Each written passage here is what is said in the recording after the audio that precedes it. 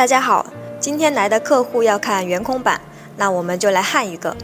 把构件随意摆放上去，机器人就对它进行扫描。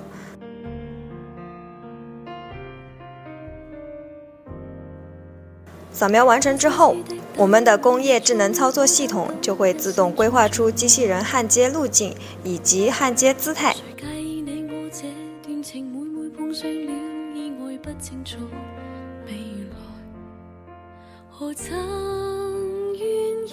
焊接完成了，我来带大家看一下焊缝的成型。